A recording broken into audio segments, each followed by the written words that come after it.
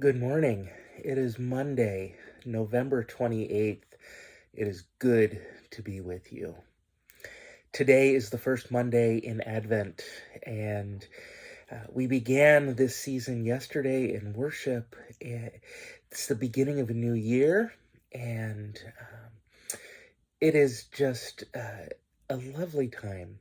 We spent yesterday after worship decorating the church, and these opportunities for fellowship and for decorating and bringing light into this dark time of year are really so very special.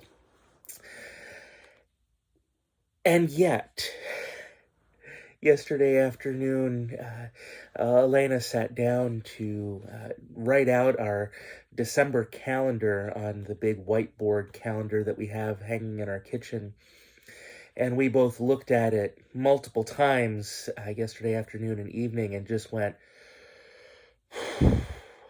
because there is a lot on it.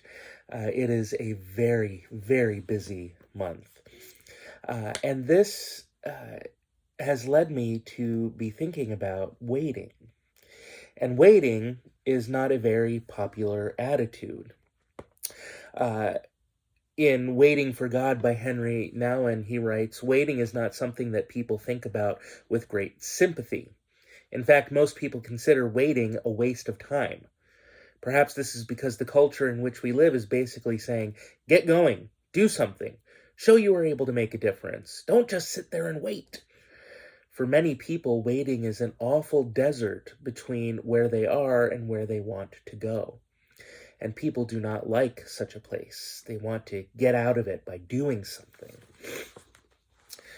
Though Advent, which literally means arrival, has been observed for centuries as a time to contemplate Christ's birth, most people today acknowledge it only with a blank look.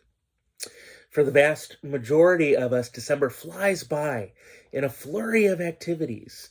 Your calendars are probably just as busy as ours. And what is called the quote-unquote holiday season turns out to be the most stressful time of year. It is also a time of contrasting emotions. We are eager, yet frazzled, sentimental, yet indifferent. One minute we glow at the thought of getting together with our family and friends. The next, we feel utterly lonely. Our hope is mingled with dread, our anticipation with despair. We sense the deeper meanings of the season, but grasp at them in vain. And in the end, all the bustle leaves us frustrated and drained.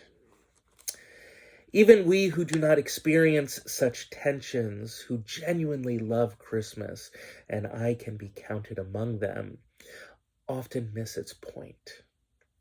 Content with candles and carols and good food, we bask in the warmth of familiar traditions, in reciprocated acts of kindness, and in feelings of general goodwill. How many of us, though, remember the harsh realities of Christ's first coming? The dank stable, the cold night, the closed door of the inn? How many of us share the longing of the ancient prophets who awaited the Messiah with such aching intensity that they foresaw his arrival thousands of years before he was even born? Mother Teresa once noted that the first person to welcome Christ was John the Baptist, who leaped for joy on recognizing him, even though both of them were still in their mother's wombs. We, in stark contrast, are so often dulled by superficial distractions that we are incapable of hearing any voice within, let alone listening to it. Consequently, the feeling we know as Christmas cheer lacks any connection to the vital spirit that radiated from the manger. Advent is a season of inward preparation. And sometimes we are so anxious to get to Christmas, to get through it, that we miss the point. We miss the essence of Christmas unless we become, in the words of Eberhard Arnold, mindful of how Christ's birth took place. Once we do, we will sense immediately that Advent marks something momentous. God's coming into our midst. That coming is not just something that happened in the past. It is a recurring possibility here and now. And thus, Advent is not merely a commemorative event or an anniversary, but a yearly opportunity for us to consider the future second Advent, the promised coming of God's kingdom on earth.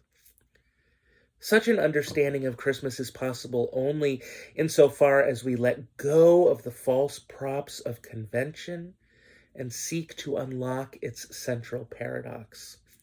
That paradox, to paraphrase the modern martyr Dietrich Bonhoeffer, is the fact that God's coming is not only a matter of glad tidings, but, first of all, frightening news for everyone who has a conscience. The love that descended to Bethlehem is not the easy sympathy of an avuncular God, but a burning fire whose light chases away every shadow, floods every corner, and turns midnight into noon. This love reveals sin and overcomes it. It conquers darkness with such forcefulness and intensity that it scatters the proud, humbles the mighty, feeds the hungry, and sends the rich away empty-handed.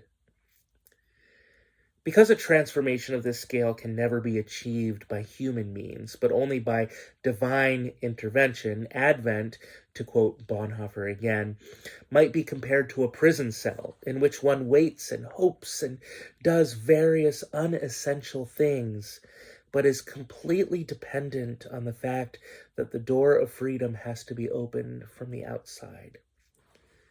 It's a fitting metaphor. But dependency does not release us from responsibility.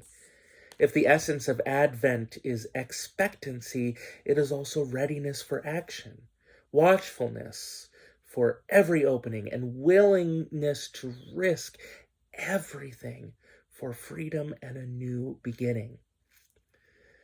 That's why the imagery of nativity scenes, while beautiful, is not sufficient to explain the Christian message. Yes, God came into the feeding trough of an animal, but it was not as a baby, only as a baby, that he lay there. This child was the same man who was crucified on Golgotha and who rose again. Within the manger lies the cross and the hope of redemption and resurrection. To recognize this requires reverence and humility. It requires faith. We might ask, what grounds are there for such hope? Or we might seek to become like children and believe. Mary did. So did the shepherds and the wise men of the East. So did men and women throughout the centuries, Christians who believed. So can each of us, wherever we are. So don't rush through this season. Let the Christmas carols linger right on the edge of your lips. Don't sing them too soon. Sing the Advent hymns that are so beautiful and speak so longingly of that expectation. Listen to the stories that lead us gently towards that day. May you have a blessed Advent. May this season be a blessing for you. May the light that we find in it be reflected through you to the rest of the world.